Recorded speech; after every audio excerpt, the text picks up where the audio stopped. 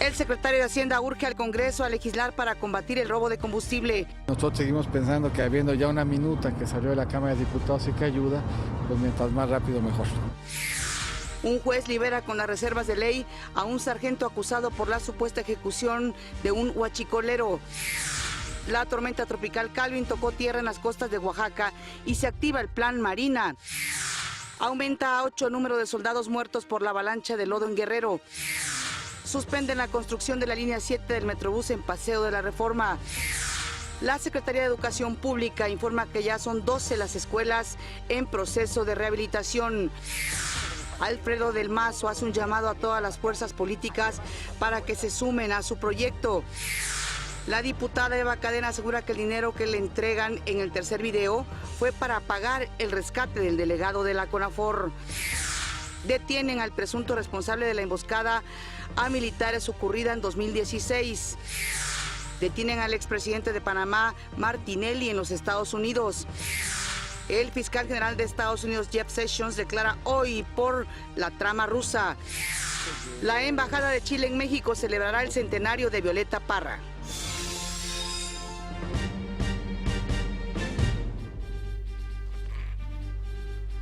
Hola, ¿qué tal? Muy buenos días. Siempre es un gusto que nos acompañen en una edición más de México al Día. Hoy también saludo con gusto, como cada mañana, en este martes 13, a Omar Cepeda. Omar, ¿cómo te va?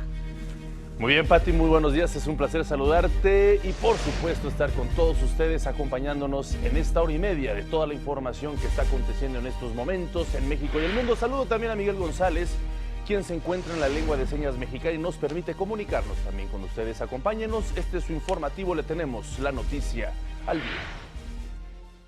En este momento la temperatura 14 grados centígrados en la capital del país y desde aquí, como siempre, también un saludo muy afectuoso a quienes nos están viendo en el interior de la República Mexicana. El presidente Enrique Peña Nieto encabezó en Los Pinos una reunión con su gabinete de seguridad para darle seguimiento a los avances en el combate al delito de robo de combustible. Uno de los asistentes fue el secretario de Hacienda, quien comentó que la acción contra los huachicoleros va a tomar tiempo. Vamos caminando. Es un tema que hemos anticipado que tomará tiempo. Hoy tenemos en la tarde otra reunión, como tenemos semanalmente, para revisar el tema y seguiremos reforzando las dos líneas que hemos puesto sobre la mesa, el control de la oferta y el control de la demanda, y por la vía del control de la demanda, pues trabajando con PGR para poder realizar algunas acciones pronto. Dijo Mitt que en diferentes estados se presenta el fenómeno delictivo, pero afirmó que el grupo de coordinación del Gabinete Federal se está concentrando en Puebla, Veracruz, Tamaulipas y Guanajuato. En este sentido, también urgió cambios legislativos para combatir el robo de combustible. Como ustedes saben, no está en sesiones, pues hay algunas minutas que a nosotros nos interesan. La permanente no tiene facultad de legislar, tiene que convocarse o tendría que convocarse un extraordinario o empezar el ordinario. Nosotros seguimos pensando que habiendo ya una minuta que salió de la Cámara de Diputados y que ayuda, pues mientras más rápido mejor. Un juez de control liberó bajo reservas de ley al sargento José N., acusado de matar extraoficialmente a un presunto ladrón de combustible el pasado 3 de mayo en Palmarito, Puebla, donde un enfrentamiento que fue documentado parcialmente en video. Ahí, como usted recordará, luego de este enfrentamiento entre Fuerzas Armadas y huachicoleros, fue difundido un video que mostraba cómo el sargento supuestamente le disparaba a un civil que ya había sido sometido. Ahora, luego de más de un mes, el Poder Judicial Federal de Puebla dictaminó que el video no es prueba suficiente para demostrar la culpabilidad del militar debido a que la videocinta podría estar editada. La PGR informó que en el periodo del 3 al 9 de junio aseguró 98.229 litros de gasolina en Puebla. Esto derivado de acciones concretas con la Subprocuraduría de Control Regional, Procedimientos Penales y en coordinación con distintas autoridades. En las indagatorias figuran 44 aseguramientos de gasolina, 48 acciones sin personas detenidas. La PGR pone a disposición el número 01800 00 85 400 y el correo electrónico que va a aparecer en su pantalla para denunciar cualquier asunto relacionado con el robo de combustible. Acuérdese que es un delito federal. El director general de Petróleos Mexicanos, José Antonio González Anaya, y el líder del sindicato petrolero, Carlos Romero de Champs, encabezaron la instalación de la comisión mixta para la revisión del contrato colectivo de trabajo para el bienio 2017-2019. Ante el Comité Ejecutivo General del gremio, integrantes de la comisión mixta de contratación, directores corporativos y titulares de las empresas productivas subsidiarias, González Anaya destacó que la relación constructiva desarrollada entre la administración y el sindicato petrolero fortalecen a Pemex. González Anaya y Romero de Champs coincidieron en señalar que durante las sesiones de la revisión contractual prevalecerá un diálogo respetuoso cuyos resultados se darán a conocer en las próximas semanas. La Comisión Federal de Competencia Económica informó que multó a Pemex con más de 368 millones de pesos por incumplir con varios de los compromisos para promover la competencia en el mercado de combustibles. No publicó, según la COFESE, los plazos establecidos para la venta de primera mano de petrolíferos. Pemex va a impugnar esta decisión. El órgano de gobierno de la Comisión Nacional de Hidrocarburos aprobó la modificación a la estructura de licitantes en la primera licitación de la Ronda 2. La lista final incluye 36 licitaciones, de los cuales 20 participan de manera individual y 16 en consorcio. En total participan 26 empresas de 15 países. La apertura de propuestas económicas de la primera licitación de la ronda se llevará a cabo el próximo lunes 19 de junio. En otros asuntos, el secretario de Educación Pública, Aurelio Nuño, visitó la escuela primaria Francisco Gabilondo Soler aquí en la Ciudad de México. Anunció que van 12,000 escuelas en proceso de rehabilitación en todo el país. Es muy importante hacer los trabajos para que vayan conociendo los nuevos planes de estudio, el nuevo enfoque pedagógico, arrancarán estos cursos. Entonces, ese es el motivo y por eso es que este año de manera exclusiva se hicieron 3 calendarios escolares, los dos, el equivalente al de 200 y 185 días, pero este año con esta excepción para que se pueda trabajar en los consejos técnicos escolares más días previo al arranque de las clases, y por el otro el de las escuelas normales. Adelantó que la evaluación del desempeño docente para noviembre ya tiene avances positivos y no será obligatorio. Este año, en noviembre, ya es una vez más obligatoria la evaluación. ¿Cómo estamos procediendo? Porque además, afortunadamente, en todo el país cada vez hay más maestros que quieren tomar la evaluación de manera voluntaria. ¿Por qué? Porque quieren promoverse y quieren ver si sacan una calificación destacada, se les puede incrementar el sueldo, o simplemente porque ya quieren entrar a la evaluación. Entonces, lo primero que estamos haciendo es abrir la convocatoria a que se inscriban de manera voluntaria. Detalló el secretario Nuño que será en julio cuando se presente la estrategia de inglés y entre junio y julio los nuevos planes de estudio. Dijo que al finalizar el ciclo escolar se pondrán en marcha el programa Escuelas de Verano en 3,000 planteles. El 14 y 15 de junio próximos, el Instituto Nacional para la Evaluación de la Educación aplicará la prueba Planea con el objetivo de reconocer el nivel de aprendizaje y también de conocer de todos los alumnos de tercero de secundaria en lenguaje y comunicación y matemáticas. Esta evaluación se aplicará a 169,305 alumnos de secundaria en 3,472 escuelas de las modalidades generales, privadas, técnicas, telesecundarias y comunitarias. Contará con observadores externos, ya sea padres de familia o líderes de la comunidad, además de personal designado por el INE, para verificar el cumplimiento de los lineamientos establecidos para Planea Básica 2017. Los primeros resultados de esta evaluación se darán a conocer en noviembre de este año. Rosario Robles advirtió que no se podrá combatir la contaminación y también el cambio climático si no se desarrollan políticas públicas que generen gobernanza metropolitana. En la presentación del foro Alternativas Verdes en Morelos, o que se va a celebrar en Morelos en septiembre, destacó la importancia de construir ciudades sustentables. El tema de la sustentabilidad, de la eficiencia energética, de la movilidad y de cómo el desarrollo urbano del país tiene que vincularse a esta lógica. Y esto implica un cambio de paradigma. En algunos lugares tendremos que mitigar, en otros lugares, en ciudades más pequeñas, en asentamientos humanos más pequeños, todavía podemos construir una lógica diferente. Graco Ramírez, gobernador de Morelos, dijo que contrario a lo que Donald Trump piensa, esta problemática del cambio climático es una realidad científica. El cambio climático es una verdad científica. Yo creo que el cambio climático es una evidencia clara en las calamidades que estamos sufriendo en el mundo, cada vez de manera más evidente. Y tercero, que el cambio climático está aquí y tenemos que afrontarlo. Duncan Taylor, embajador británico en México, dijo que no hay marcha atrás en el combate al cambio climático. A pesar de la decisión reciente del presidente Trump, sé que el presidente Peña Nieto y mi gobierno también hemos reiterado el compromiso que tenemos nosotros para cumplir con las promesas que nosotros hicimos en París, porque es un tema muy importante. Gran Bretaña podría invertir entre 50 y 80 millones de libras en México para impulsar proyectos sustentables y sociales. En otros asuntos, la noche de ayer tocó tierra en las costas de Oaxaca la tormenta tropical Calvin. La precipitación presentó ráfagas de viento sostenidas de 65 kilómetros por hora y oleajes de hasta 3 metros de altura.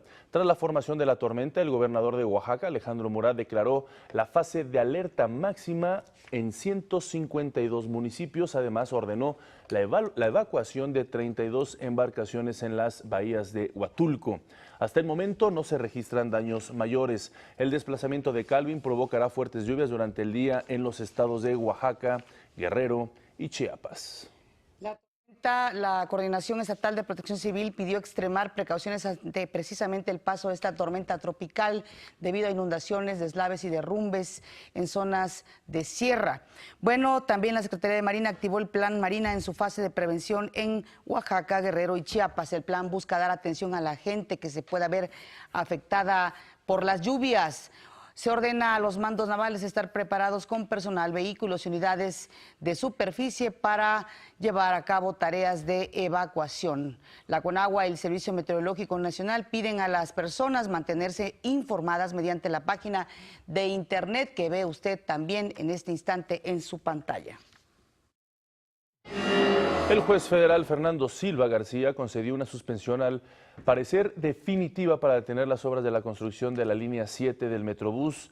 Esto para salvaguardar las áreas verdes que se encuentran en el bosque de Chapultepec y las glorietas históricas que se encuentran a lo largo de Paseo de la Reforma. Luego de esto, el director del Metrobús, Guillermo Calderón, dijo que esperarán a una notificación formal por parte de las autoridades y señaló que la obra sigue en pie porque no se están afectando ningún monumento ni área natural. Por su parte, los trabajadores también desconocen de alguna suspensión laboral.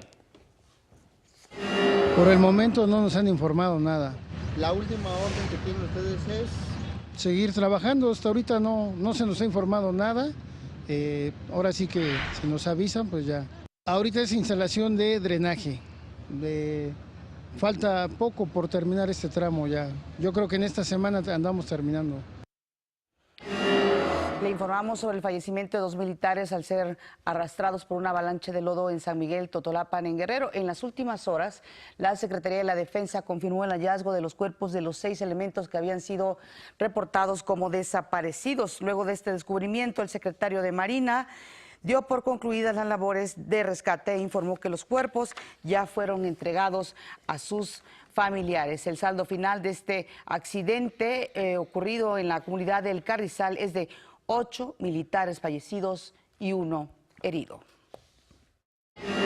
En Michoacán aumentó a 9 el número de elementos del Grupo de Operaciones Especiales que murieron al volcar la unidad en que viajaba sobre la carretera México-Guadalajara. Presuntamente el accidente ocurrido en la caseta de cobro de la población de Penindícuaro fue por el exceso de velocidad y el pavimento mojado.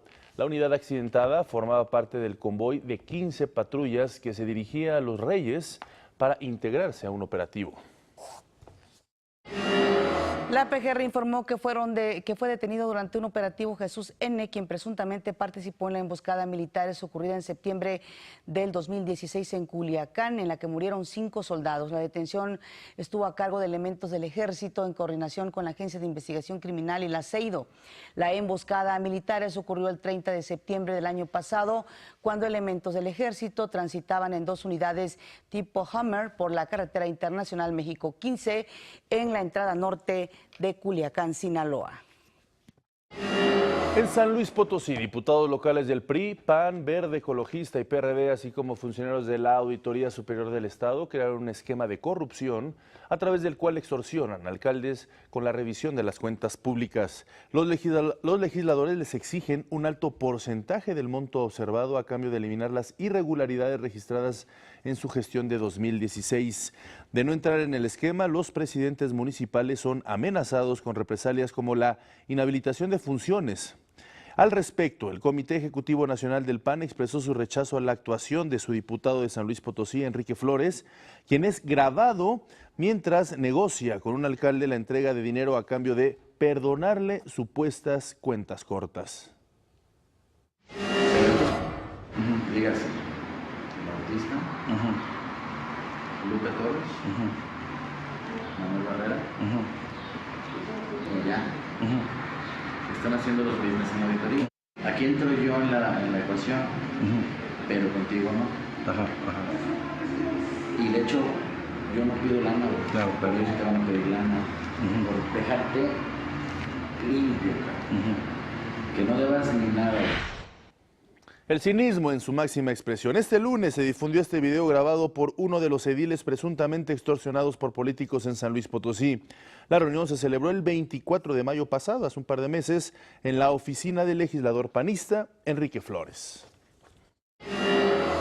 Jesús Octavio Sánchez, el presunto asesino de la niña Valeria Gutiérrez, fue ingresado ayer por la tarde al reclusorio Bordo de Xochiaca, según informó la Fiscalía del Estado de México. Hay que recordar que el fin de semana el cadáver de la niña fue encontrado en una combi de la Ruta 40 en Nezahualcóyotl. Al encontrar el cuerpo de la niña de 11 años, un juez de la localidad giró la orden de aprehensión contra este sujeto, Octavio Sánchez, por el delito de feminicidio. Vecinos del municipio de Neza pidieron quitar ya la concesión a las unidades de la Ruta 40 hasta que se tenga mejor control de los conductores que prestan el servicio. Ahí vemos precisamente a la madre de Valeria pidiendo justicia por el asesinato, por la violación de su pequeña ocurrida en una combi de ahí de la Ruta 40. De acuerdo con el Diagnóstico Nacional de Supervisión Penitenciaria, durante el 2016 se cometieron 85 homicidios dentro de los penales mexicanos. Los estados con mayor índice de asesinato fueron Nuevo León con 54, Tamaulipas con 10 y la capital, la Ciudad de México y el Estado de México con 5 cada uno. Febrero fue el mes en el que se reportaron más incidencias con un total de 54 y los dormitorios, el lugar en donde se perpetraron los homicidios con mayor frecuencia. La Secretaría de la Defensa entregó uniformes nuevos al personal del Ejército y Fuerza Aérea mexicanos. Hay que conocer un poco sobre el proceso de elaboración precisamente de estos uniformes. La Dirección General de Fábricas de Vestuario y Equipo de la Secretaría de la Defensa Nacional es el área dedicada a confeccionar los uniformes, equipos de campaña, calzado, chalecos antibalas, cascos, muebles de oficina y diversos artículos que utiliza el personal del Ejército y Fuerza Aérea mexicanos. Nos permite no depender de circunstancias del mercado o de un proveedor para administrarle el uniforme a nuestras Fuerzas Armadas. Tan solo como referencia, entre 2013 y 2017 se ha producido, entre otros, el siguiente vestuario y equipo. 2.336.873 uniformes de campaña para selva, desierto y fuerza aérea. 1.553.709 pares de botas. En esta dirección trabajan 1.907 elementos especializados, de los cuales 740 son mujeres. Cada artículo se confecciona con los máximos estándares de calidad y requiere de un largo proceso.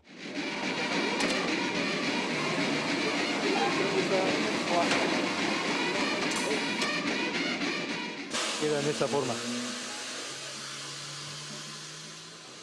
Es un zapato de excelente calidad. En esta área se le pone la plantilla del zapato. Se pone la plantilla, la agujeta y finalmente se coloca en su caja y ya está lista para la corriente de abastecimientos. El secretario de la Defensa Nacional, Salvador Cienfuegos Cepeda, presidió la ceremonia de entrega de 149,000 uniformes administrativos al personal de tropa del Ejército y Fuerza Aérea mexicanos. Para el presente año se tiene programado un presupuesto de 1.043 millones de pesos, por el que se confeccionarán 4.051.973 artículos en el rubro de vestuario, calzado, equipo de campaña, mobiliario y banderas. Para México al Día, Antonio López. Bueno, pues ahí está, así se viste nuestro ejército. Alfredo del Mazo, en otros temas, virtual ganador de los comicios del Estado de México, pidió a sus contrincantes dar la vuelta a la página tal y como lo hiciera el sábado pasado. Asimismo, extendió una invitación a todas las fuerzas políticas para que se sumen a su proyecto en beneficio de los mexiquenses. Por otro lado, Pedro Zamudio, consejero presidente del Instituto Electoral del Estado de México, aseguró que a más tardar el 16 de agosto se entregará la constancia de gobernador electo a quien resulte ganador. La Confederación Patronal de la República Mexicana destacó el crecimiento de la economía pese a la incertidumbre en los mercados globales. Muestra de ello son las revisiones al alza del pronóstico de crecimiento para este año hechas por el Banco de México, la Secretaría de Hacienda y el Instituto Mexicano de Ejecutivos de Finanzas, así como también la generación de empleo y la recuperación del peso frente al dólar. No obstante, la Coparmex recomendó no bajar la guardia y estar atentos a factores como la debilidad en la inversión y el aumento también de la inflación. La diputada local de Morena, Eva Cadena Sandoval, aseguró que el dinero que recibió en el tercer video filtrado fue para pagar el rescate del delegado de CONAFOR, Martín Gelasio Castillo Calipa, quien desapareció el pasado 8 de febrero. En dicho video se observa a la diputada recibiendo dinero en efectivo por presuntamente acomodar una ley que beneficiaría a un grupo de empresarios. Cadena Sandoval indicó que al buscar a otros diputados locales para apoyar en el asunto, el coordinador de la bancada del PRI, Juan Nicolás Callejas Roldán, accedió a colaborar.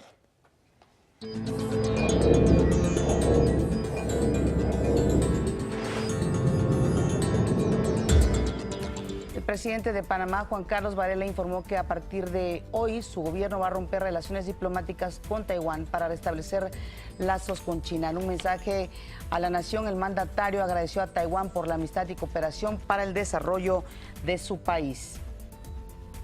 Hemos tomado la decisión de establecer relaciones diplomáticas con la República Popular de China.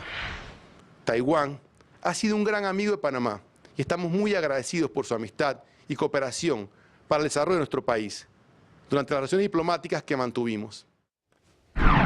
Por cierto, el expresidente de este mismo país, Panamá, Ricardo Martinelli, investigado en su país por el supuesto espionaje de comunicaciones privadas durante su administración, fue detenido en Miami. Martinelli no regresa a Panamá desde enero de 2015, cuando la Corte Suprema de Justicia le abrió la primera de una decena de causas en las que se le investiga, la mayoría de ellas por supuesta corrupción. Medios locales en Panamá señalaron que la detención se produjo después de que se le negara al expresidente una solicitud de asilo. Dos hijos del expresidente también tienen en su contra alertas de Interpol por su vinculación con el caso de los sobornos de la brasileña Odebrecht. Los procuradores de 16 estados de los Estados Unidos presentaron ante la Suprema Corte una demanda en contra de Donald Trump. Los procuradores, o los fiscales, como se les conoce, ya piden eliminar el veto migratorio en contra de los ciudadanos de varios países de mayoría musulmana. Al respecto, el procurador de California, Javier Becerra, dijo que con el recurso la Corte Suprema podría pronto poner fin a este vergonzoso periodo en la historia de los Estados Unidos. Hace unos días causó gran revuelo las declaraciones ante el Congreso del exdirector del FBI, y quien dijo que había mentido el actual presidente Donald Trump. Bueno, pues hoy el fiscal general y secretario de Justicia de Estados Unidos, Jeff Sessions, ofrecerá una audiencia pública sobre precisamente sus relaciones particulares con funcionarios rusos.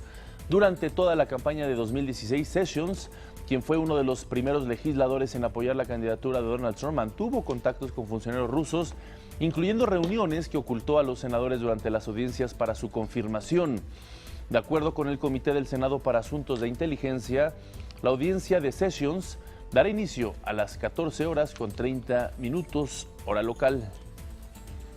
El presidente de Francia, Emmanuel Macron, y la primera ministra británica, Theresa May, van a analizar en París un refuerzo de la cooperación antiterrorista entre Francia y el Reino Unido. Macron recibirá hoy a Theresa May en el Palacio del Elíseo y van a hablar de la seguridad de sus naciones frente a la amenaza yihadista que golpeó en las últimas semanas al Reino Unido en atentados en el que fallecieron también ciudadanos franceses. Luego de la reunión, May y Macron se van a desplazar al Estadio de Francia para asistir al juego de fútbol entre la selección local ante Inglaterra.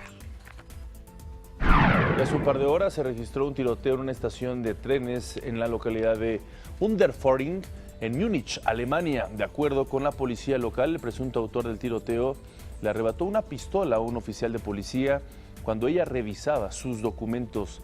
El atacante abrió fuego y hirió a la oficial en la cabeza. Las autoridades informaron que otras 4 personas resultaron heridas, ninguna afortunadamente de gravedad.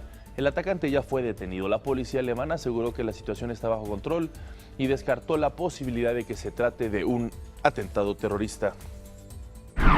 El Estado Islámico hizo un llamado a sus seguidores para realizar atentados terroristas en Estados Unidos y Europa durante el mes sagrado del Ramadán, que inició hace 2 semanas. En un audio que circula en internet, el vocero Abdul Hassan elogió el ataque ocurrido la semana pasada en Teherán y calificó a Irán como un país débil, más débil que una tela de araña. También hizo un llamado a que se realicen ataques en Rusia y en Australia. En Rusia, cerca de 2.000 personas fueron detenidas durante las manifestaciones contra la corrupción del gobierno de Vladimir Putin. Las protestas fueron convocadas por el líder opositor Alexei Navalny, quien fue detenido al salir de su casa y recibió una sentencia de 30 años. Navalny, quien busca competir en las elecciones presidenciales contra Putin el próximo año, ya había sido detenido en marzo acusado de organizar protestas. Fue sentenciado a 15 días de prisión. En su visita a España para el foro El Perú del Futuro, el presidente de Perú, Pablo Kuczynski, y su canciller, Ricardo Luna, hablaron sobre la situación que se vive en Venezuela. El presidente de Perú dijo que no hay democracia en Venezuela y advirtió que el desbordamiento de la violencia podría provocar un mar de sangre, gente que escape hacia Colombia, otro que se vaya en bote como los inmigrantes en el Mediterráneo, entre otras situaciones. Por su parte, el ministro de Relaciones Exteriores de Perú, Ricardo Luna, dijo al primer ministro de Canadá, Justin Trudeau, como un posible mediador de la crisis que atraviesa Venezuela, la cual calificó de tenebrosa. De acuerdo con el canciller de Perú, la crisis en ese país no se va a resolver con la intervención de la Organización de Estados Americanos y Trudeau podría ser el mediador del conflicto, pues Canadá tiene un rol de potencia global. En Caracas, un grupo de encapuchados incendiaron una sede del Tribunal Supremo de Venezuela.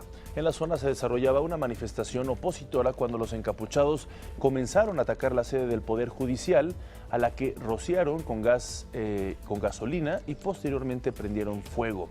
En el acto también resultaron quemadas unas oficinas del Banco BBVA. Las protestas en Venezuela han aumentado luego de que este lunes el Tribunal Supremo desestimara la demanda interpuesta por la fiscal Luisa Ortega en contra de la convocatoria a la constituyente. Muchísimas gracias a quienes nos acompañaron en esta primera media hora. Nosotros vamos a nuestro resumen.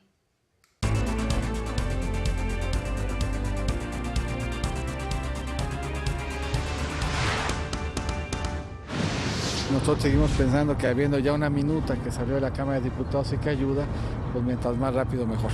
El secretario de Hacienda, José Antonio Meade, urgió al Congreso a legislar para combatir el robo de combustible. Liberan con reservas de ley a sargento acusado por la supuesta ejecución extrajudicial de un huachicolero. Toca tierra en Oaxaca la tormenta tropical Calvin. Activan el plan Marina en su fase preventiva. Suspende un juez la construcción de la línea 7 del Metrobús en Paseo de la Reforma. Mancera dice que sí va.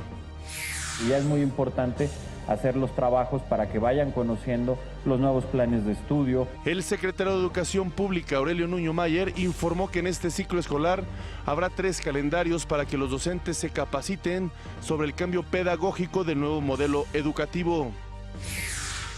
Detienen en Estados Unidos al expresidente de Panamá, Ricardo Martinelli, por supuesto espionaje de comunicaciones privadas. En unas horas, el fiscal general de Estados Unidos, Jeff Sessions, comparecerá ante el Senado sobre la trama rusa. Más adelante, más de 10,000 personas visitaron la muestra Picasso y Rivera en su primer fin de semana de exhibición. Golden State se corona campeón de la NBA en el 5º juego contra Cleveland.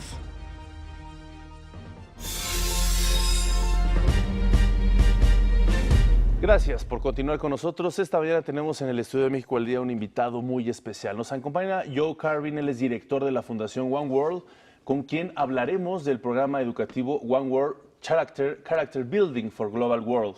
Muchísimas gracias, bienvenido, es un placer recibirlo, sobre todo para hablar de un tema tan importante que tiene que ver precisamente con la educación, con la forma de compartir estudios en diferentes países y precisamente lo que comentábamos afuera del aire, cómo acercar las sociedades. Gracias por estar con nosotros. Muchas gracias, muy amable.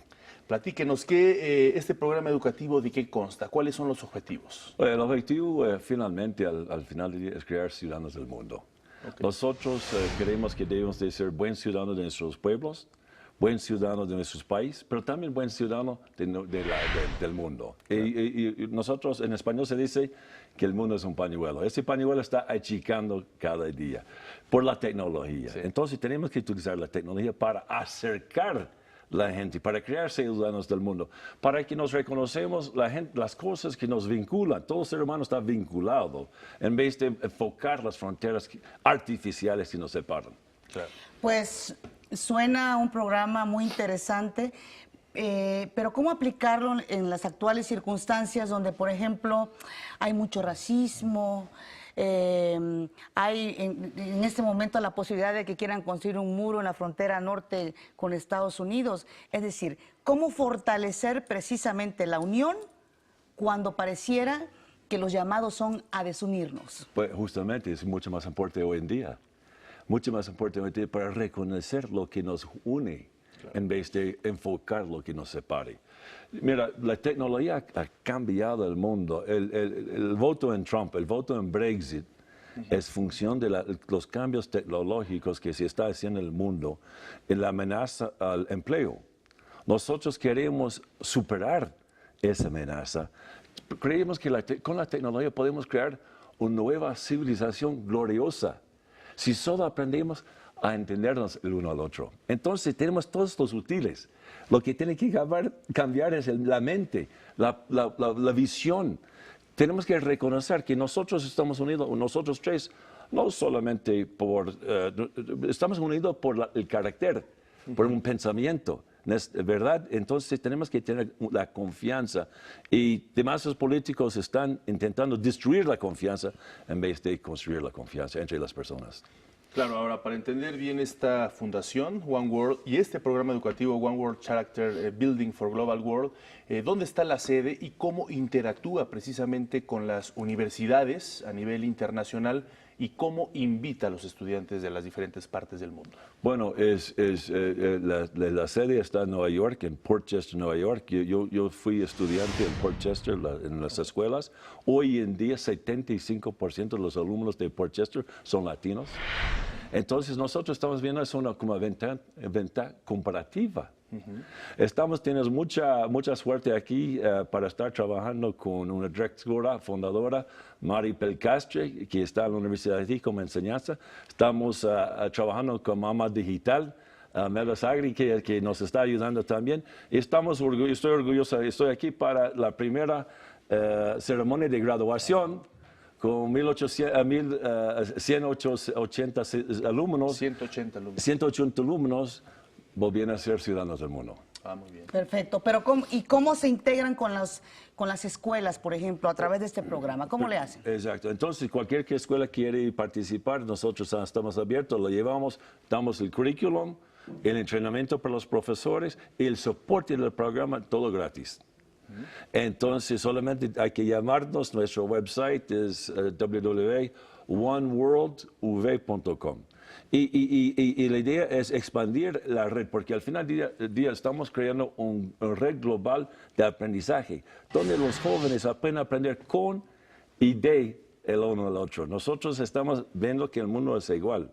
Claro. Entonces, todo ser humano está vinculado. Queremos promover esos vínculos. Usted como director de esta fundación, ¿cuáles son los valores que buscan inculcar a los estudiantes, a estas personas que ustedes precisamente tienen contacto?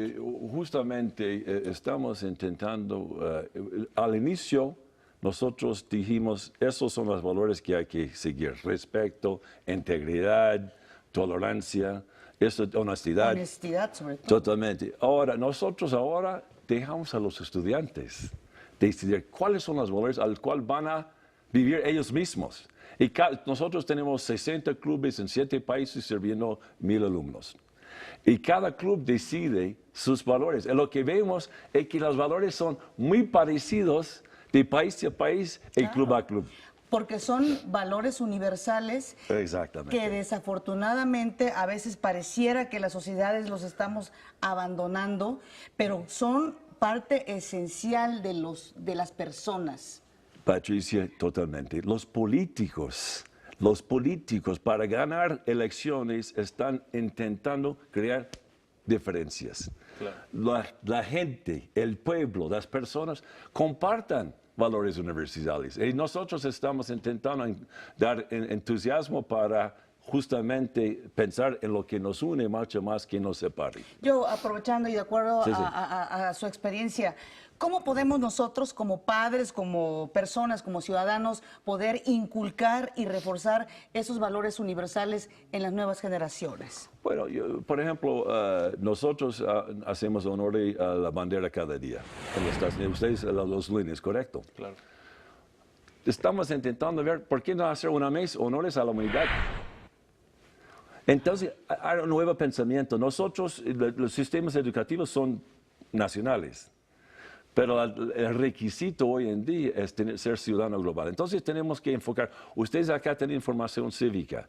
En algunas escuelas con las cuales estamos trabajando, estamos en la formación ciudadana, también agregando formación ciudadana una vez a la semana global. Claro. Entonces, México está en avance. De hecho, nosotros el club aquí es muy fuerte. Y México está en avance. Y quien adopta esa mentalidad globalista en un mundo totalmente interdependiente va a tener ventaja económica y también va a tener ventaja para formar esa sociedad civil global que se está formando. Finalmente, Joe Carvin, ¿cómo están afrontando desde sus plataformas educativas las nuevas tecnologías? Bueno, justamente estamos con Melba Zaire, aquí lo tratamos mucho. Estamos viendo la posibilidad de trabajar en conjunto para extender, porque lo que nosotros estamos haciendo no se podía haber hecho hace 5 años. Porque la tecnología, nosotros hacemos entrenamiento por Skype.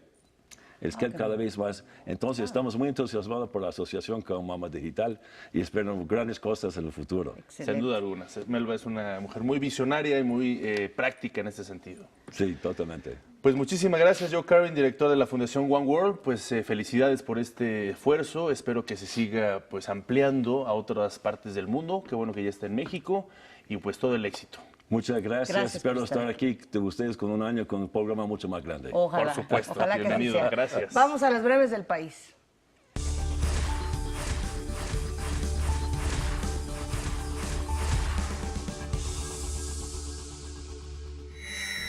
Tres hombres fallecieron tras una balacera ocurrida en la colonia 20 de noviembre de la delegación Venustiano Carranza. De acuerdo a los primeros reportes, sujetos que viajaban en una motocicleta dispararon en repetidas ocasiones contra los ocupantes de un vehículo BMW. Las víctimas murieron instantáneamente. Hasta el momento se desconoce el móvil del incidente.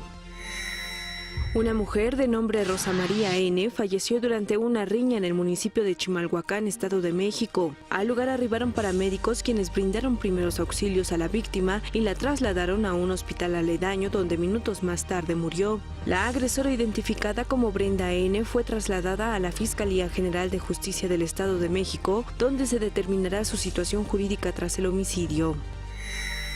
El gobierno de la Ciudad de México, en colaboración con las empresas de las vías de pago Supervía Norte, Autopistas Urbanas y Televía, lanzó un descuento para incentivar a los conductores de vehículos híbridos y eléctricos. El descuento es del 20% en las tarifas para las vías de pago en las autopistas urbanas de la Ciudad de México, que aplica a partir de esta semana. En más información, la Asociación de las Televisiones Educativas y Culturales Iberoamericanas está de manteles largos y es que se cumplieron 25 años de su creación. Hace 25 años surgió la idea. El concepto de un esquema de cooperación con la misión de distribuir, producir y coproducir contenidos educativos, culturales y científicos de Iberoamérica. En aquel entonces, 21 instituciones, entre ellas Ministerios de Educación y Cultura, se asociaron para darle vida al programa de televisión educativa iberoamericana. Proyecto que fue secundado durante la segunda cumbre de jefes de Estado y de Gobierno realizada en Madrid en 1992. Con esto surge también la Asociación de Televisiones Educativas Iberoamericanas, ATEI. Su objetivo fue claro: contribuir al desarrollo de la educación, la ciencia y la cultura en la región a través de la televisión, así como de las tecnologías de la información y de la comunicación. Su evolución representó un gran esfuerzo y ha sido paulatina. Para 1993, la ATEI inició transmisiones de prueba. 2 años más tarde, comenzó su emisión vía satélite en España y Portugal a través del canal clásico de televisión española. Fue hasta el año 2000, cuando la ATEI instala su sede en Madrid y en 2005 inicia su emisión mundial gracias a la televisión pública de España. Solo un año después, las transmisiones de la asociación empiezan a realizarse de manera continua, 24 horas, 7 días a la semana. Además, obtiene el Premio Internacional de Comunicación Científica otorgado por la International Association for Media in Science. Para 2007, se lanza el Noticiero Cultural Iberoamericano, NSI, cuya señal llega a toda la región. En ese mismo año se realiza una convergencia hacia un nuevo modelo de televisión, de contenidos y, por supuesto, de tecnologías. Ya en 2008 se constituye la Asociación de Televisiones Educativas y Culturales, que da continuidad al trabajo emprendido desde 1992 por la ATEI. Para 2009 se crea y pone en marcha la unidad de coproducción del programa TEIF. Panamá se convierte en la subsede de dicho programa para 2013. Un año más tarde, durante la Cumbre Iberoamericana de Veracruz, se aprobó la creación del canal de televisión satelital iberoamericano Señal que nos une. En 2015 se puso en marcha el canal iberoamericano, el primero de carácter público en la región, cuyo principal objetivo es facilitar el acceso a la sociedad de nuestra región a contenidos culturales, educativos y científicos. Actualmente, la red de socios ATEI está integrada por más de 90 instituciones, entre las que se encuentran canales de televisión pública, ministerios y organismos responsables de educación y cultura, universidades, fundaciones, ONGs y centros de formación permanente y profesional. Para México al Día, Rodolfo Hernández.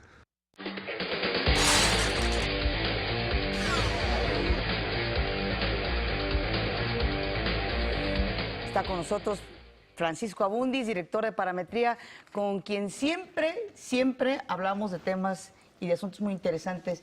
Y, por supuesto, la pasada jornada electoral. Así es. ¿Cómo estás, Pati, Omar? ¿Cómo están? Buen día. Muy buenos días, bienvenido. ¿Tus números? ¿Qué dudas tienen de la elección? ¿Cómo votó la gente? Oye, pues después de esas elecciones traes a profundidad, ¿no? Lo que hubo tras bambalinas en términos Mira, yo creo participativos. que se presta para otra entrega, para otra participación, ver los perfiles demográficos de Coahuila, del Estado de México, los niveles de participación. Les adelanto una de las explicaciones.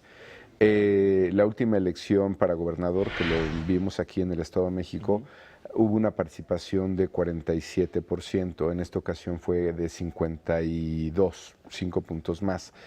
Uno pensaría, y quienes, digamos, para nuestra sorpresa, cuando dieron el anuncio del conteo rápido, sí, cuando dijeron que la participación era 53, varios pensamos que entonces eso daba más posibilidades a Morena, y luego dieron los rangos en los que estaba cada uno de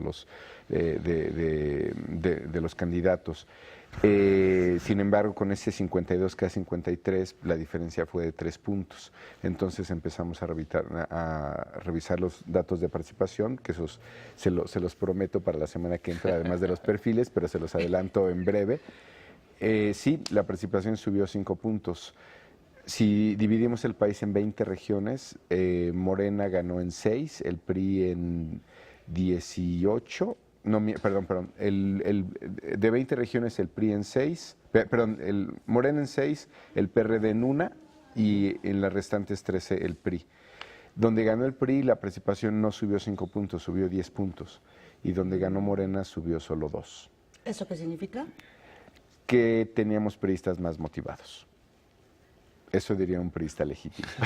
¿O que el partido movilizó a sus huestes o qué? No, lo sabemos. Ese es para otro. Ese es para otra. Dentro de un mes ese es para otro gremio. Pero hoy más bien me interesaba revisar cómo se dieron estos resultados, que aquí lo vimos el domingo en la noche, el día de elección, y empezamos a hablar un poco de estas diferencias que me parece muy importante destacarlas entre lo que es un conteo rápido de un canal televisivo o de un partido político, un conteo rápido de un instituto electoral, y luego qué diferencia hay entre eso y el PREP y el conteo de votos, porque creo que a veces el público está muy confundido, escucha datos por todos lados, no sabe, y estamos en un terreno, digamos, delicado, que yo creo que ahora nos pasó en Coahuila, donde el PREP tenía un resultado y el conteo rápido tenía otro, y eso genera mucho ruido, mucho malestar, y más porque el conteo rápido paró, que es algo, que es algo inusual. Entonces, para darle al público una idea y hacer estas diferencias, puede que haya canales de televisión que tengan encuestas de salida, que por cierto prácticamente no se publicó ni una, no hubo. ¿Hubo acuerdo entre las empresas? No, yo creo que más bien ante lo que han pasado, lo que ha pasado en años anteriores, donde no hay comprensión en cómo se están reportando los datos, ¿no? Claro. Y entonces creo que ya cada quien dijo mejor. Sí, para entrar en ese juego. Digo, y es una lástima. ¿Qué es el problema, no? La cuestión de la desconfianza. Sí, y de la comprensión de los datos, ¿no? De lo que está publicando, a diferencia de pues cualquier otra sociedad como Francia, Estados Unidos, que no es que no tengan ellos errores en su momento, le hace Brexit, le hace el caso de Trump. Pues ellos siguen, ¿no?, corrigiendo en el momento como va llegando la información.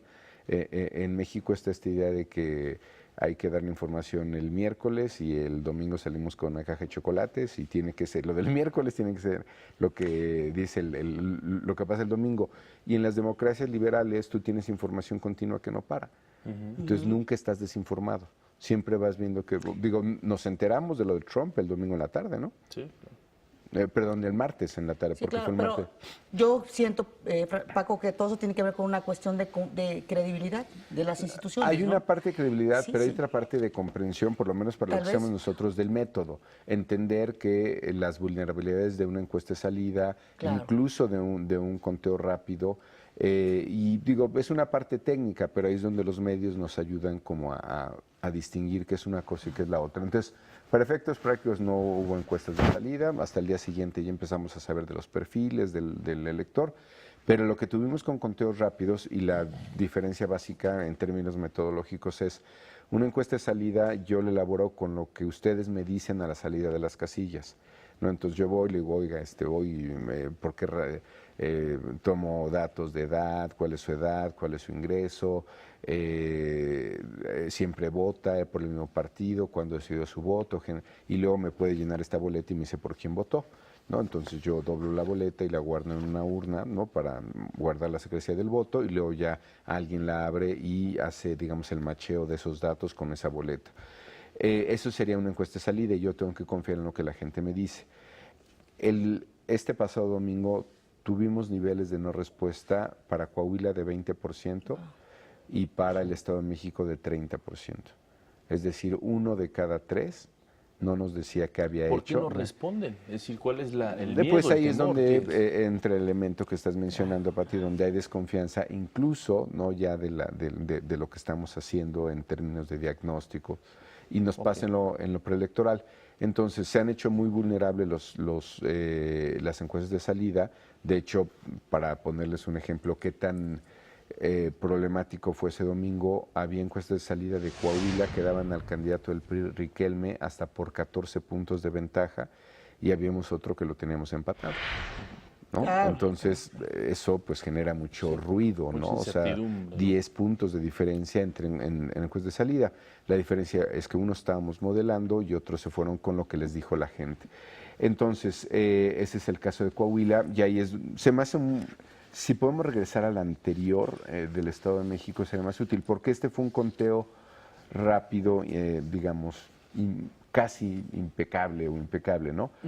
La diferencia en estas tres columnas, y ahí nada más ponemos a los dos finalistas o a los dos, al primero y el segundo lugar, es que el conteo rápido está diseñado para que como llegue la información podamos dar una estimación, a veces sin tener el 100%. Por ejemplo, es el conteo rápido que nos anunciaron, si no me equivoco, fue un poco antes de las 10 de la noche, tenía 63% de ese conteo y nos pudieron dar el límite inferior, el límite superior, el inferior y el superior de primer y segundo lugar. ¿Qué es lo relevante de los números que estamos viendo ahí? Que no se cruzan los intervalos, claro, que no se enciman. 32.75 en el inferior, 33.59 en el superior. Y lo mismo pasa con Delfina Gómez, 30.73 en el inferior, 31.53 en el superior. Lo importante es que no se enciman esos números en esos límites. Y si ven los resultados del PREP, dan un solo número que queda entre el límite inferior y superior, muy parecido. Claro. Y si luego vamos a los cómputos distritales, pues vemos que se deben de parecer nuevamente estos dos datos. Claro. Entonces ahí todo alineado, todo perfecto. Vamos al siguiente caso, el de Coahuila. Y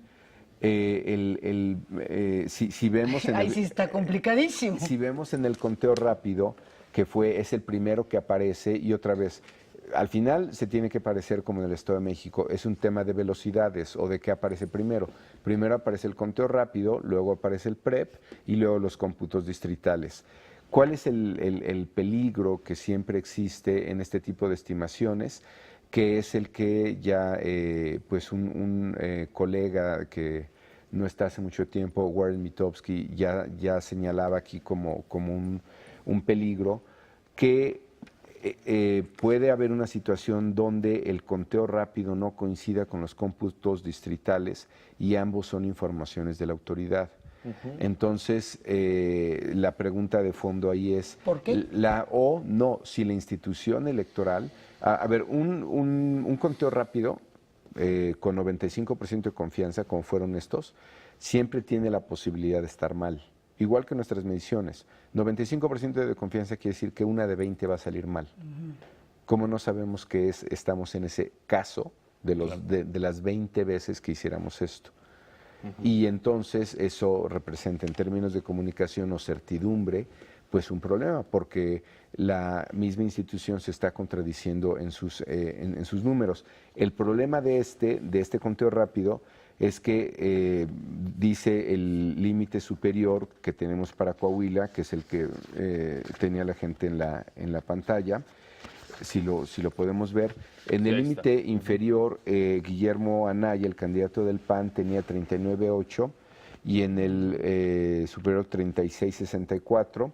Luego, ahí están invertidas. Y luego Miguel Riquelme tenía 34.74 y 37.34. Si ven, lo que está pasando ahí es que sí se cruzan los intervalos. Sí se cruzan. Y entonces ya no tenemos certeza. No significa que, en este caso, en el momento que para el conteo rápido, no coincide, digamos, con los resultados del PREP. Y ambas son informaciones del mismo instituto. Y luego ya, yo creo que es importante esto destacarlo, viene el cómputo distrital. Y es importante aquí señalar que pues esta es la contabilidad, ¿no?, más precisa, más exacta, es a lo que le tenemos que creer. Pero mientras, estos dos datos generan mucho ruido para el público. Este es un peligro. No, y hay que tenerlo en cuenta porque pues, el próximo año no solo se juegan las elecciones presidenciales, sino también hay gubernaturas, también se cambian los congresos y todo este tipo de datos van a estar en juego, ¿no? Y hay que entenderlos muy bien para ello. Así es, yo creo que es ahí donde los medios tienen que ayudar a entender qué tipo de información se le está dando, dar la mayor certidumbre posible y ver si pues cuando llegue a pasar esto, que tampoco se sorprenda mucho a la gente, porque al final lo que estamos esperando son los cómputos distritales. Perfecto. Que pueden, el de una televisora contradecir, o el del propio instituto, no necesariamente ser lo más preciso, pero entender que cuando estamos hablando de estimaciones estadísticas, otra vez, 1 de 20 va a salir mal. Y eso es, y eso no significa que el ejercicio esté mal. Se hace con lo mismo con cualquier encuesta, lo mismo con cualquier otro instrumento de estimación, porque no es un conteo como tal, no es un conteo. En el caso del Estado de México, tenían una muestra muy generosa, tenían el 10% de las 18,000 casillas, tenían 1,800. Fue muy preciso. El problema, creo yo, de parte de lo que pasó en Coahuila, es que pues nada más el tutorial de cómo llenar la boleta eran 7 minutos y la mitad la entendía y la otra mitad no. Hicieron fórmulas y alianzas muy complicadas que podría explicar por qué pararon ese conteo en cerca del 70%, que por cierto se está convirtiendo en una causal de nulidad, o es como lo está argumentando Acción Nacional. Claro. Pues el asunto es que con la efervescencia política, los comportamientos sociales, pues las encuestas ya no son tan precisas, pero no solamente en cuestión aquí en México, sino a nivel mundial. Sí. Tal vez eso sea reflejo de lo que se ve en estas cosas, ¿o qué? Es probable, pero aquí estamos más allá de las mediciones. Estamos hablando de las instituciones. Okay.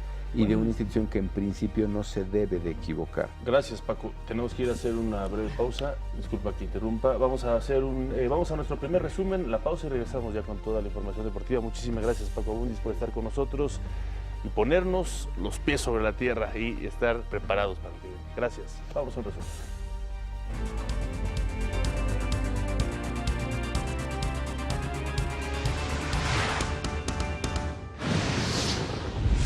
En Michoacán, 9 elementos del Grupo de Operaciones Especiales murieron al volcar la unidad en que viajaban sobre la carretera México-Guadalajara. Con el objetivo de conocer el nivel de aprendizaje de los alumnos de tercero de secundaria en lenguaje y comunicación y matemáticas, el Instituto Nacional para la Evaluación de la Educación aplicará la prueba Planea este 14 y 15 de junio. La Comisión Federal de Competencia Económica multó a Pemex con 368 millones de pesos por incumplir con varios de los compromisos que hizo para promover la competencia en el mercado de combustibles. En el mundo, tiroteo en una estación de trenes en Múnich, Alemania, deja al menos 4 heridos. Las autoridades descartan atentado terrorista. El presidente de Francia, Emmanuel Macron, y la primera ministra británica Theresa May analizarán en París un refuerzo de la cooperación antiterrorista entre Francia y el Reino Unido. Más adelante, la NASA lanzará cohete que facilitará información a los científicos sobre la ionosfera y la aurora. Y en los deportes, Anthony Griezmann renueva contrato con el Atlético de Madrid.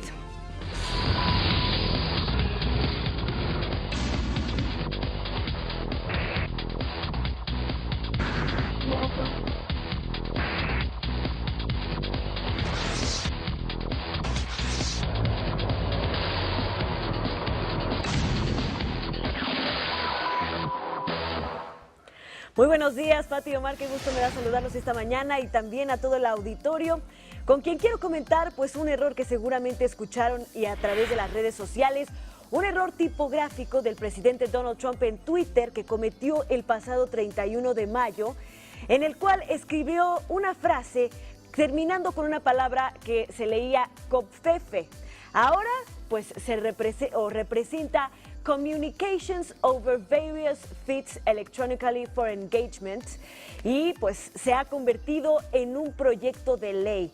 La propuesta fue presentada formalmente el pasado lunes por parte del congresista demócrata Mike Quigley, y con ella solicita que todas las publicaciones de Donald Trump en portales sociales, es decir, en Twitter sobre todo, también sean consideradas parte del archivo presidencial, lo que implica que no puedan ser eliminadas sin importar la polémica generada. A través de un comunicado, el congresista por Illinois declaró que Covfefe Act, así es como se ha nombrado a esta propuesta de ley, ayudaría a que el presidente tome responsabilidad de sus publicaciones y de la importancia adecuada al efecto que hoy en día ejerce las redes sociales en la política y el mundo. Kegley propone que no se acepte la justificación que recientemente emitió al respecto el vocero de la Casa Blanca, Sean Spicer, y que quede en una simple comunicación social. Sin embargo, en Twitter, los usuarios, a través del hashtag CovFefeAct, han expuesto su opinión, que en su mayoría ha tomado a broma la propuesta de ley, haciendo memes con del nombre con el cual se bautizó esta propuesta de ley. Recordemos que los tweets del presidente desde la pasada administración Barack Obama, donde empezaron a hacer una comunicación oficial, sí se archivan. Sin embargo, la administración de Trump ha insistido en que son meras comunicaciones sociales, informales, y que no deberían de obsesionar tanto a la opinión pública y a los diferentes medios. Ya veremos qué pasa con este Covfefe Act.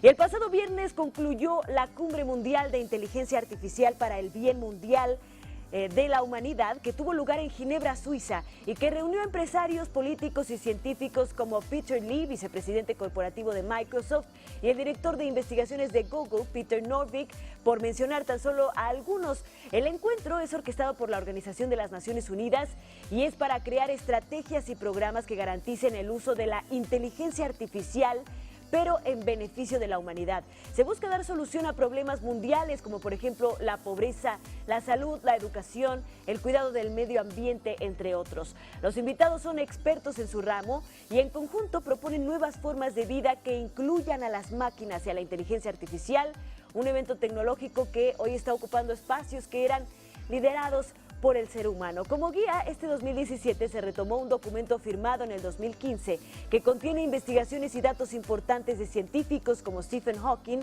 y Thomas Dietrich, presidente de la Asociación para el Avance de la Inteligencia Artificial. El documento está formado por 8,000 científicos y la cumbre dejó resultados favorables, como un programa que a través de algoritmos e imágenes satelitales permitirá medir las condiciones de vida de 3,000 personas en condiciones de pobreza, o la propuesta de 1 de 3, una plataforma digital para consultar de manera gratuita temas de salud, la cual ya cuenta con 600,000 registros en América Latina. Así que a pesar de que existen fuertes detractores de la inteligencia artificial por los riesgos que podría representar, también existen esfuerzos para que esta, ya siendo la siguiente frontera de la tecnología, sea utilizada para el bien de la humanidad. Así que esperemos que se sigan desarrollando estos temas y estudiando para que se haga el mejor uso de la tecnología. Esa es la información hoy. Que tengan excelente martes. Muchísimas gracias, Anita. Y es tiempo de un respiro. Ya está lista Crispando.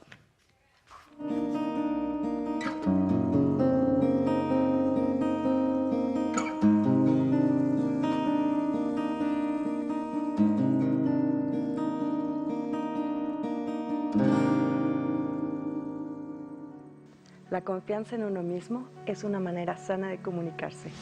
Es la capacidad de defenderse de forma honesta y respetuosa. Todos los días nos enfrentamos a las situaciones en las que tener confianza y seguridad en nosotros puede ser de gran ayuda. Por ejemplo, invitar a alguien a salir o presentarse ante alguna otra persona. Ser seguro significa que puedes expresar una opinión o decir cómo te sientes, así como pedir lo que deseas o necesitas, y puedes expresar tu desacuerdo de manera respetuosa y hacer sugerencias o dar a conocer tus ideas. Puedes decir no sin sentirte culpable y también defender a otra persona. ¿Por qué es importante? Un estilo de comunicación seguro puede ayudarnos a hacer lo que deseamos, pero es mucho más que eso. Cuando nos sentimos seguros de nosotros mismos, nos respetamos y respetamos a los otros. Las personas que hablan con seguridad y confianza demuestran que creen en sí mismas. No son demasiado tímidas ni demasiado extrovertidas. Saben que sus ideas y sus sentimientos son importantes. Tienen confianza. Las personas seguras de sí suelen hacer amigos con más facilidad. Se comunican con respeto hacia las necesidades de las otras personas y a sus propias necesidades. Suelen ser buenas para resolver conflictos y desacuerdos. Practica el uso de la palabra yo. en las siguientes expresiones: yo quiero, yo prefiero o yo creo. Busca un modelo que sea seguro de sí mismo, ni demasiado pasivo ni demasiado agresivo. Fíjate si puedes imitar las mejores cualidades de esa persona. Recuérdate a ti mismo que tus ideas y tus opiniones son tan importantes como las de cualquier otra persona. Saber esto te ayudará a sentir confianza y seguridad de ti mismo. La seguridad comienza con una actitud interna de valorarte a ti mismo, tanto como valoras a los demás. Soy Cris. Ámate y descúbrete día a día.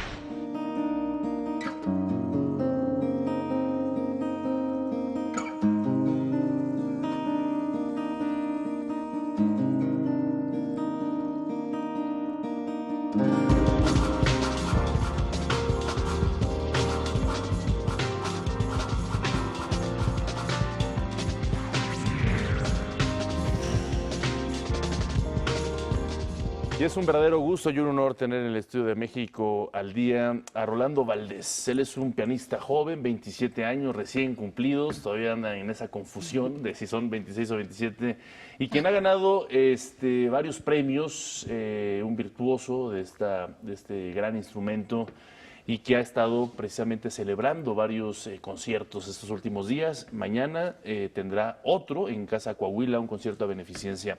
Rolando, muchísimas gracias por estar con nosotros. Bienvenido a México. Muchas gracias a ustedes por el espacio. Antes que nada, buenos días a todos. Efectivamente, ahorita, gracias a Dios, hemos estado teniendo bastantes conciertos.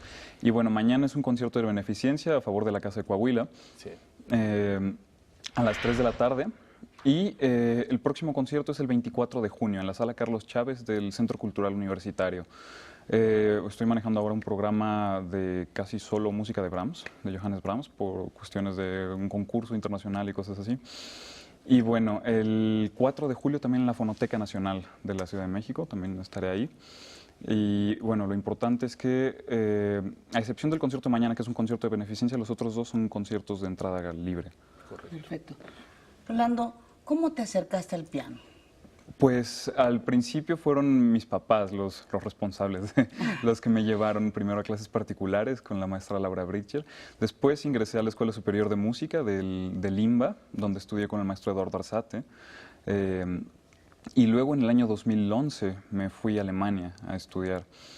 Y desde ese entonces llevo residiendo en Europa. Luego de Alemania estudié 2 años en Suiza también dirección orquestal y piano, y luego ahora estoy en lo que se considera el doctorado en Alemania. Has tenido un gran apoyo de alguien que yo considero muy importante para el desarrollo profesional de cualquier tipo de disciplina, que han sido, por supuesto, el de tus padres, pero tú eres de Coahuila, eres del norte de México.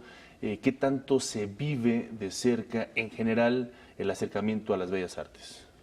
Bueno, tuve la fortuna de vivir casi toda mi vida aquí en la Ciudad de México, sí, y es algo que desgraciadamente en el país está muy centralizado. El arte es algo muy centralizado en las grandes ciudades. En la Ciudad de México, en Monterrey, en Guadalajara, o sea, está casi muy concentrado. Y bueno, a pesar de eso, siento que hoy cada vez más hay más acercamiento a la cultura, más promoción, más escuelas de música, y es algo muy importante, ¿no? Porque es algo a lo cual la gente muchas veces no se relaciona, no se siente identificada por la falta de acceso, porque dicen, no, un concierto es muy caro, ir a una escuela de música, una formación musical es muy cara, y no, es algo que está al alcance de todos, ¿no? Por ejemplo, estos conciertos son de entrada gratuita, y pues resaltar que la gente no tiene que sentir a esto de una manera elitista, no es algo, claro, no es música para viejitos, no es algo para gente arreglada, no, o sea, no hay reglas de etiqueta para ir a un concierto de música clásica. ¿Alguno de tus padres es músico? No, mi papá es abogado, mi mamá es médico. Nada que ver. Y los dos, lo bueno es de que me apoyaron toda mi vida para seguir con mi carrera. Te digo eso porque muchos padres, por ejemplo, cuando tenemos nuestros hijos, lo primero que se nos ocurre es que vaya a aprender música, ¿no? Y todos quisiéramos ahí un virtuoso del piano o un virtuoso de cualquier instrumento. Pero de ahí a que te salga el talento, la aptitud, o sea, es una combinación de muchas cosas, sobre todo de talento. ¿Qué pesó más en ti? Yo creo que lo más importante y lo que considero más definitivo dentro de mi carrera es la constancia. Hay que seguir siempre. No el talento importa, pero al final el trabajo es yo creo que una carga igual de importante. para esto. Y bueno, sobre todo también el apoyo, o sea, tuve el apoyo de mis padres, luego tuve el apoyo también cuando estaba en Europa del gobierno suizo, me dieron una beca, y el apoyo hoy en día, se necesita también el apoyo de las salas de conciertos, la apertura de la cultura en México, el apoyo de la promoción cultural aquí en el país. Y supongo que si te lo has ganado es porque obviamente vale la pena irte a escuchar, ir a sentir esas emociones que transmitirás desde el piano. Te agradecemos mucho que hayas estado con nosotros, Rolando, esta es tu casa.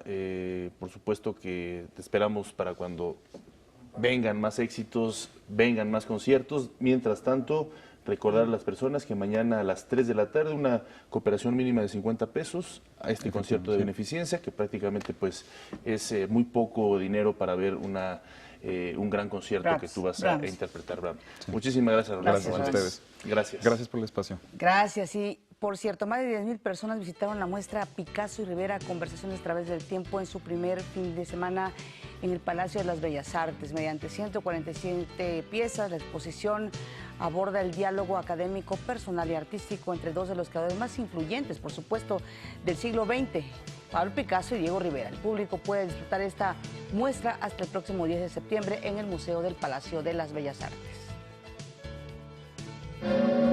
Ya está lista Carla Sentíes con el sabor de nuestra cocina, Sabor de México.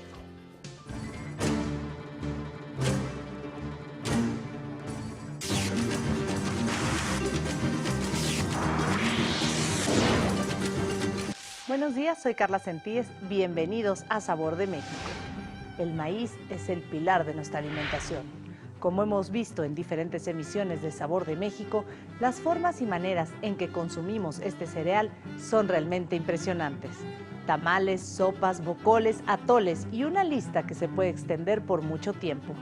Pero sin lugar a dudas, la tortilla es el producto de maíz más consumido en todo el país. Es indispensable en la mayoría de las mesas mexicanas. Tratándose de un elemento tan importante y apreciado para nosotros, resulta lógico entonces que le procuremos una atención especial, que llenemos de mimos a esos discos solares que nos dan mantenimiento. Por ello es también de gran relevancia albergar a nuestras preciadas tortillas en un receptáculo no solo funcional, sino también bello. Y para eso, nuestros artesanos a lo largo y ancho del país elaboran delicadas piezas como servilletas bordadas, deshiladas o bien tortilleros, como chiquihuites, hechos de diferentes materiales como palma, carrizo, mimbre, ixtle o tule, donde el talento e ingenio se desbordan en sutiles tramas y vistosos decorados. O como entre las comunidades mayas de la península de Yucatán, donde sus habitantes emplean un utensilio llamado lec, que se obtiene de una planta trepadora, cuyo fruto seco es cortado, ahuecado y limpiado para transformarlo en un recipiente térmico natural. Sirve para guardar las tortillas y conservarlas calientes. Algunos lecs son simples, pero otros son bellamente adornados, porque también de eso se trata la cocina mexicana, de la variedad de sabores y presentaciones, pero sin faltar su vinculación con otras manifestaciones culturales que la enriquecen y le dan fuerza identitaria de la que goza. Por eso, nuestra gastronomía es también la presencia de sus artesanos, de sus alfareros, de sus carpinteros, de quienes trabajan los textiles y otros muchos materiales. Si quieren conocer más de nuestra gastronomía, los invito a visitar mi página web, saborearte.com.mx, y a seguirme como Saborearte en redes sociales. Nos vemos la próxima semana aquí en Sabor de México. Gracias, y ahora vamos al resumen.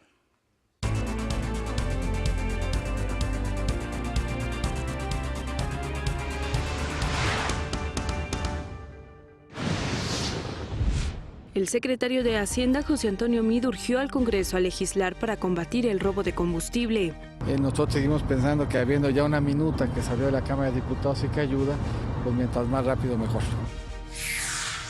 Toca tierra en Oaxaca la tormenta tropical Calvin. Activan el plan Marina en su fase preventiva. Suspende un juez la construcción de la línea 7 del Metrobús en Paseo de la Reforma. Aumentó a 8 el número de soldados muertos por la avalancha de lodo en Guerrero. La diputada local Eva Cadena aseguró que el dinero que le entregan en el tercer video fue para pagar el rescate del delegado de CONAFOR. En entrevista para México al Día, Joe Carvin, director de Foundation One World, nos habló de su programa educativo. El objetivo finalmente al final del día es crear ciudadanos del mundo. Nosotros queremos que debemos de ser buen ciudadanos de nuestros pueblos, buen ciudadano de nuestros países, pero también buen ciudadano del mundo. Entonces tenemos que utilizar la tecnología para acercar a la gente, para crear ciudadanos del mundo. El fiscal general de Estados Unidos, Jeff Sessions, comparecerá ante el Senado sobre la trama rusa. Más de 10,000 personas visitaron la muestra Picasso y Rivera en su primer fin de semana de exhibición. Y en los deportes, Golden State se corona campeón de la NBA en el quinto juego contra Cleveland. Muchísimas gracias por acompañarnos. Fue un placer estar con ustedes esta mañana de martes. Disfrútenlo. Mañana Martes otra 13. cita. Martes 13. ¿Cuál es el dicho? No te cases. No, ni te cases ni te embarques, pero pues... Aquí nadie Ya está. están embarcados. No. Bueno, que tenga excelente día, pásela bien. Este es un esfuerzo informativo de Televisión Educativa. Adiós.